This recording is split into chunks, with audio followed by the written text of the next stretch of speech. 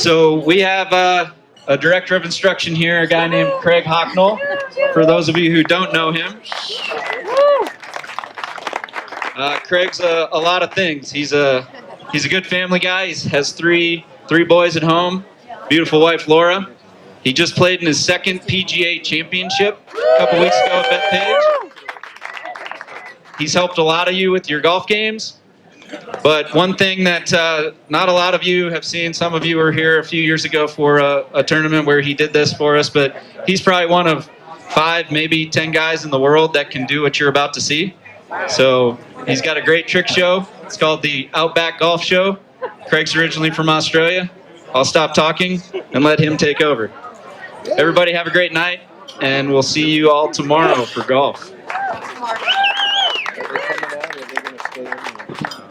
G'day everybody. How you going? Hey, Craig. Everybody hear me all right? Yeah. So come on over. We've got plenty of seats up front. So, Jared, Don't be shy. they're safe. So as Marty mentioned, I originally am from Australia.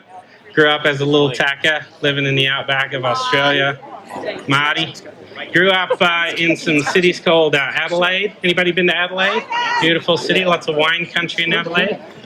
And so anybody who just raised their hands, they obviously like wine. Anybody been to Darwin? Anybody been to Darwin? In the Northern Territory? So Darwin's kind of the outback part. That's where I learned how to play most of my golf. And then Brisbane. Anybody been to Brisbane? Yeah, beautiful city on the Brisbane River. So got to grow up in Australia. Some of the trick shots that I'm going to do for you today are ones that I learned as a little tacker, that's a little kid. And so I'll just get the show started. You guys excited to start the season? Yeah. I know we got a beautiful evening. Usually I like to start out just hitting a couple of gap wedges to kind of get the blood flowing. Left-handed. Left-handed. Unbelievable. Just a gap wedge. Typically fills the gap between 7-iron and a 5-iron.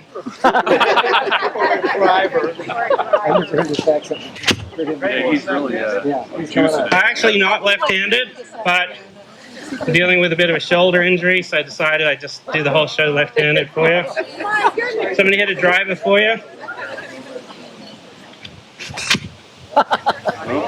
Felt a gust of wind, so I decided I'd play a little fade on purpose. Try another one. Not too shabby. These are going about 350 yards. If you can't see it, just ask me. If you can't see it, I'll just let you know where it goes. So it's going a little bit of a fade, right? So I'll teach you how to understand the difference between a draw and a fade. So things typically fade away from you, right? So if I'm standing on this side of the golf ball and the golf ball moves to the left away from me, it's fading, and you draw things toward you. So if I'm standing on this side and the golf ball moves toward me, it's a draw. There you go. So if I'm a lefty and it goes this way, it fades away. So typically, I like to hit a straight ball. So what I do is I stand on this side and give it a rip. Come on. Yeah. Anybody got the low left shot in the bag? So I did that just to make you feel comfortable. You're welcome. All right, so now let's see if we can move it back the other direction, a little fade. There we go. Not too shabby? Little fade right down the middle of the fairway. I'm sure most people like to tee off from this tee box. One of the clubs that I like to use, kind of warm up with, is what I call my little wedge. As you can tell, club face is not very big.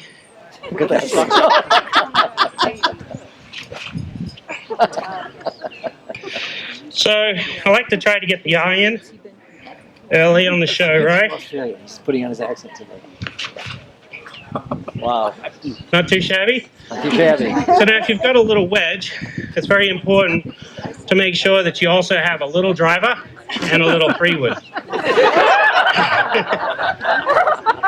So as you can see, These little guys are just actually probably smaller than a golf ball. Very cute, right? So I'll go with the driver first, and then I'll hit the smaller head 3 wood. That's the driver.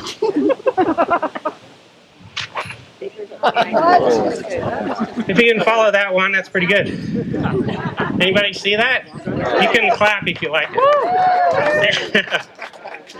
All right, so here's the driver again. Wow. Made it a little lower into the mountain so you can see it. You like that? Thank you. So I'll go with a little low 3 wood. Obviously, smaller club head. Holy cow, look at that. Look at that club head. It's about half the size of a golf ball.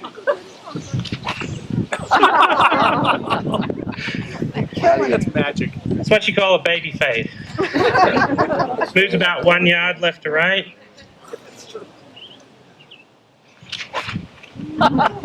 There we go. Not too shabby.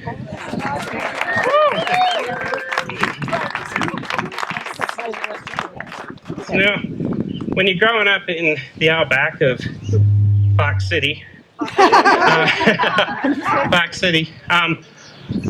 anybody ever hit any shots where the golf ball lands up in these little sage bushes? You can admit it.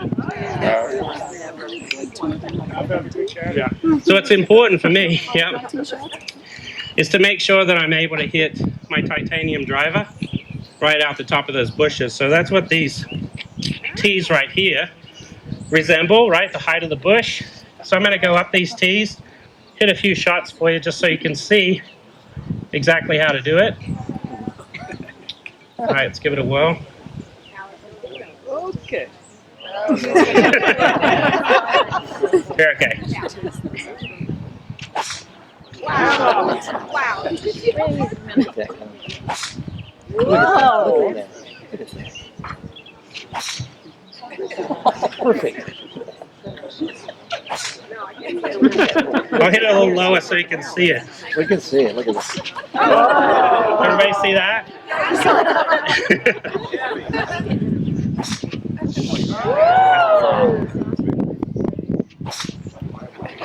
Right, so as you can tell, it draws, right? Moves a little bit right to left. So I'll just aim out over the tree, bring it back to the fairway.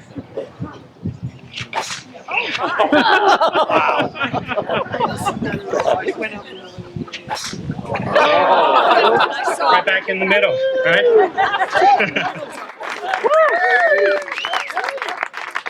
No worries.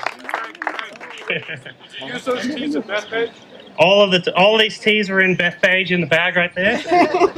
I did get some people ask me if I could hit a moving ball and if it was legal, so I don't know, we'll have to try it.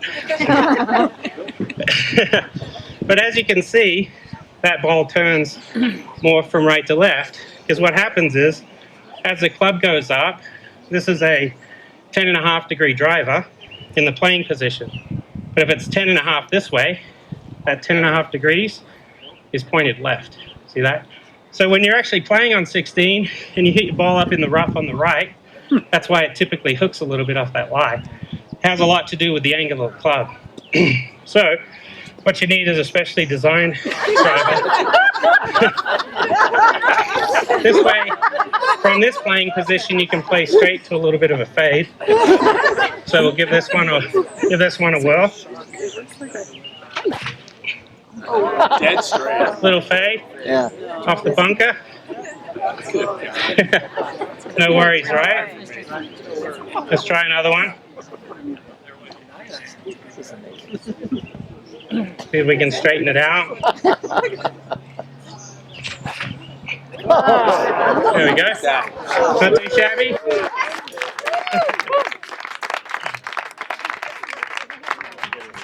Thank you very much.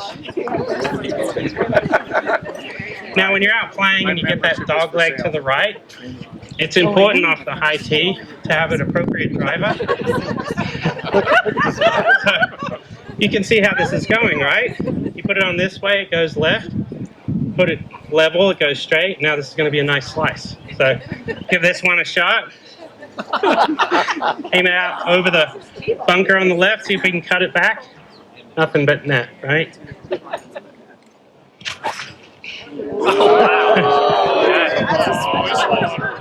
Does anybody ever hit it in that pond? You can keep your oohs and ahs to yourself. All right, let's give it another shot. You guys must think this is easy. Not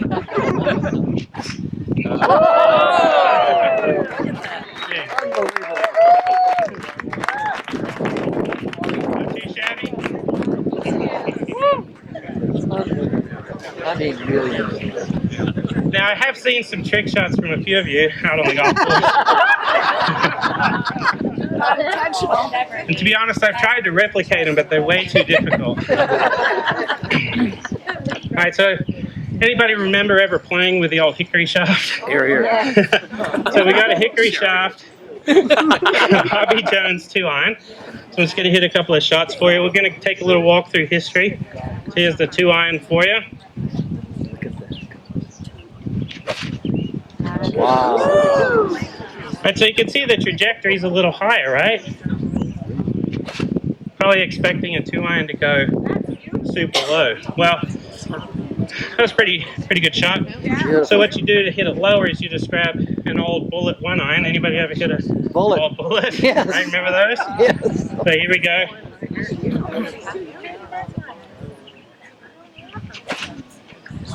Wow. Not too shabby. Wow. They call it a butter knife. Look at this. Right? Shot. Wind cheater.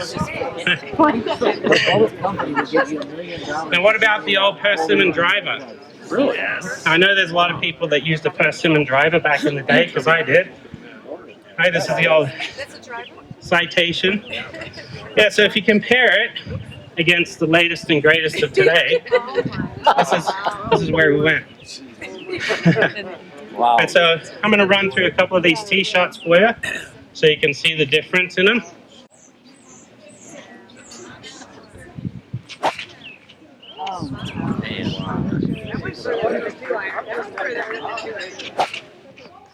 That was off the screws. Right there. Wow. Yeah. Off the screws. How far will that go, Craig? I've actually hit this persimmon driver on TrackMan with today's modern golf balls. It goes about 275, 280 yards. Wow. Whereas this guy, does anybody remember the steelhead? Original. Yeah, this is the old TaylorMade burner. So these actually go maybe only 5 to 10 yards further than the persimmon with today's golf ball. We'll give it a shot. Oh, man. So you can hear the sound difference. Wow. So wait till you hear this one, right? So this is the titanium versus the steel. So this is my current driver.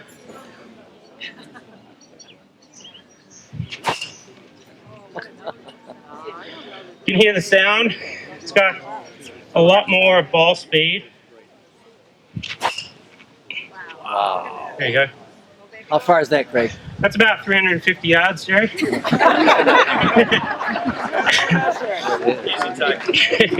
Outback, huh? Yeah. So this is my long driver. So my standard drive is about 45 inches. This one's close to 48. It's a legal max. It's actually a 5-degree long drive head that I turn down 1 degree so you can see how it flies.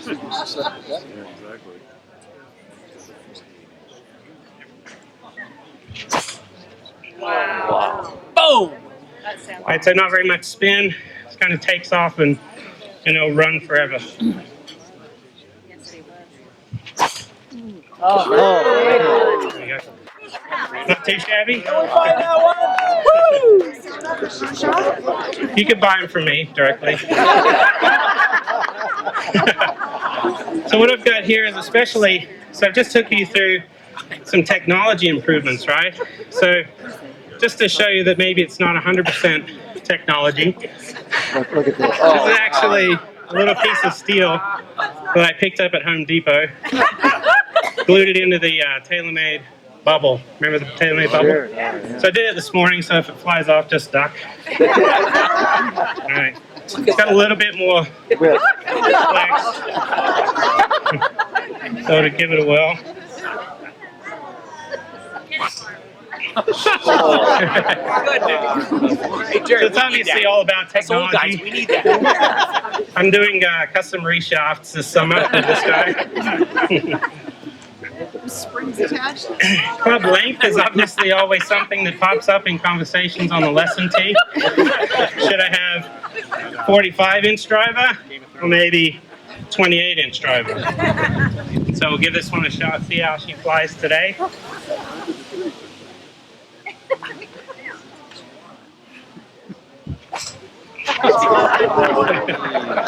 Not too shabby. But obviously, all of this stuff is not really important. How long you hit it off the tee, it's more about your putting game. So what I like to do is hit maybe 227-yard baby fades with my putter. So give it a whirl. There we go. See if I can hit a high draw. Oh, look at that. Not too shabby. Thank you very much. Just a little putt-putt putter. I sell them for about $999. Properly weighted. Yeah, perfectly fit for you. Yeah. So again, it's important to have the proper flex. So what I need, Dominic, come on up, mate. I'm going to have you help me with a trick shot. So this particular club has helped me tremendously. So Dominic, what I'm going to have you do is stand right here, mate, like this. Face the audience. Okay, and what I'm going to have you do is put your arm straight out, like a tree. All right, so let's say I had to scoot over a little bit that way. So let's say my golf ball was on this side of the tree. But with this shaft, see how it flexes right around the trunk of the tree? You comfortable with me hitting that? He says go for it. Go sit down. He's brave. Everybody give Dominic a round of applause. He's so brave. I was brave when I was that young too. All right, so here we go. Just going to play a little golf swing with this car antenna. Right? Give it a whirl. There you go, not too shabby. So we can play a little draw. So to do the draw, you just stop and let the club head kind of pass right past the body. There we go. Nice high draw over toward the bunker on purpose. Thank you very much.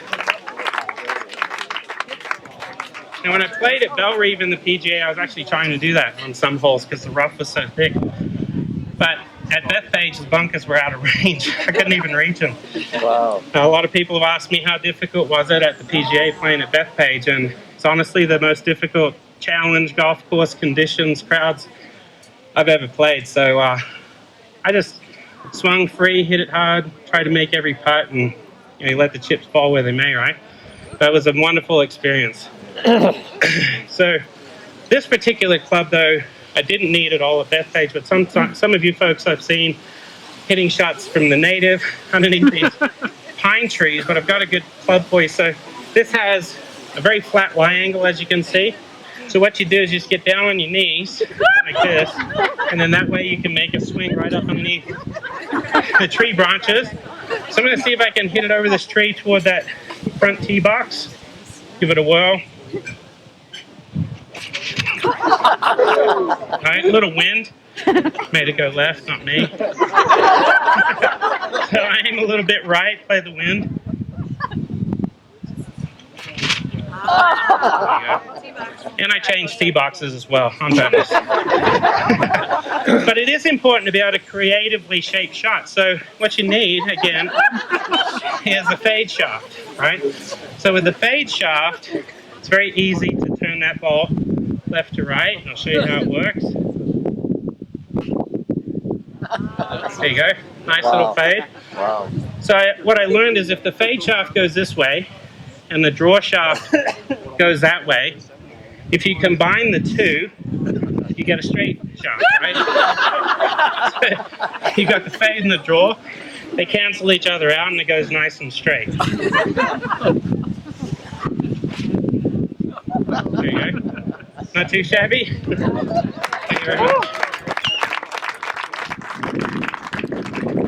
baseball fans? Oh, yeah. Okay. I grew up in Australia, played a lot of cricket, didn't play any baseball, but I found a baseball and I decided I could put it to good use. So what I did is I glued it onto a shaft, and what I've learned with this club, it's actually a very good club for hitting high soft shots because it's got a soft cover, has a good amount of backspin on it. So we'll give this one a whirl. There you go. Nice and high in the water. All right. Let's see if we can straighten it out a little bit. There you go. Wow. You guys must think this is easy. Not too shabby. But again, with technology, if you go from leather and cork to steel, you can probably experience more velocity. So I'll show you how this guy flies. Usually goes about 250 yards straight down the middle.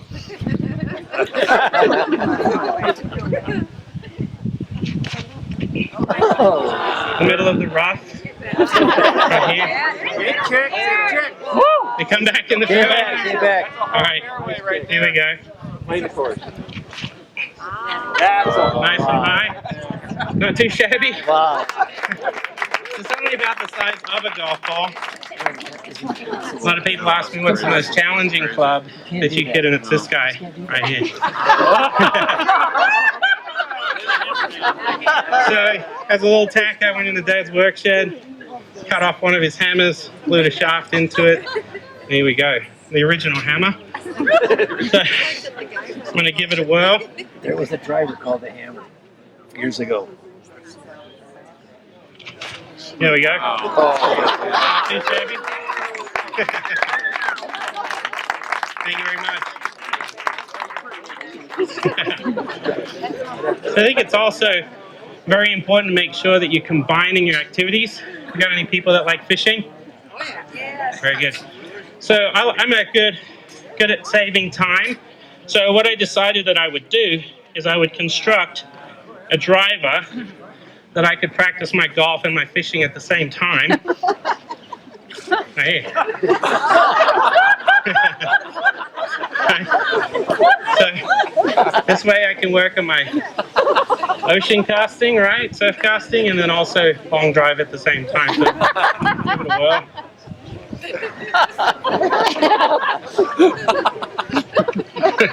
Look at that thing. There we go. Not too shabby. Thank you very much. All right, so I'm going to need, I got one more in this little tube here. So I saw Jerry Gross over underneath the trees earlier today. And he was playing by the rules. He was just doing a bit of a practice round. But I was joking with the guys. I figured he might give it a little bit of a foot wedge from right here down onto the green. You don't need a foot wedge. You need a pocket wedge. This way, when you're up underneath those trees, it's easy. You just slip it right out of the pocket, get up underneath the tree. You got to make sure you waggle. So again, I'll try to knock it down about 70 yards onto that tee box. Thank you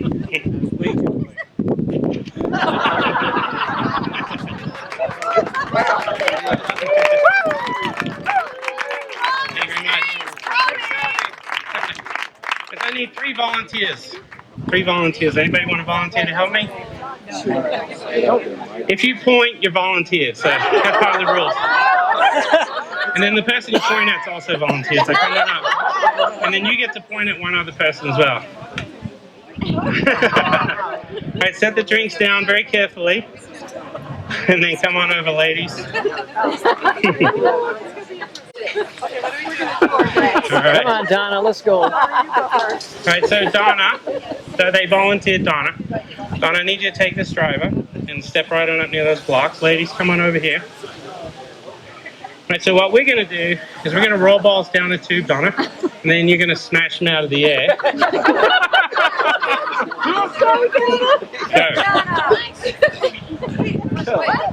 You want to trade? You want to trade places? No. I'll do it. All right, grab these golf balls. You got 4 golf balls at each tube. And what we're going to do, here you go, Donna, grab those ones. You can go in the middle. All right. We're all good. We can tell who's the potty planner. She's like, you got this, I got this. All right, so ladies, what we're going to do, the crowd can help out. We're going to go Aussie, Aussie, Aussie, and you're going to release that ball. So go ahead, Aussie, Aussie, Aussie. And then I get to hit it. Oi, oi, oi. Oh, yeah. Aussie, Aussie, Aussie. Right? Then we're just going to keep this going. Try to take time. Don't throw them down there too fast at me. And then my job is to just casually smash them down the fairway. All right, I think I'm ready. All right, go ahead. Aussie, Aussie, Aussie.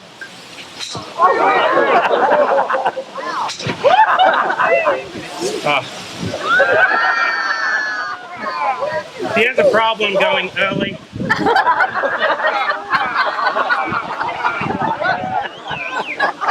You didn't hear it from there. All right, ladies, we're going to try this again. No trick spinning of the ball. All right, I'll let you go, and then we'll go back to the other end again.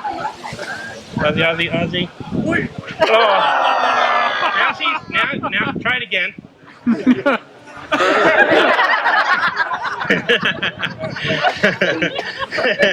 All right, let's start over. All right.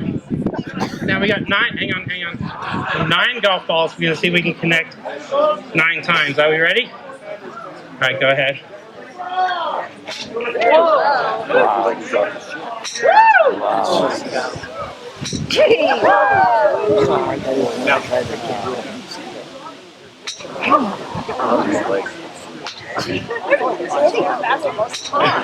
wow.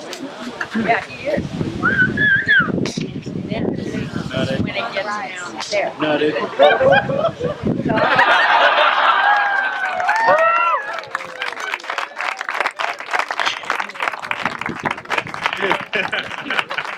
Thank you very much. Thank you. All right.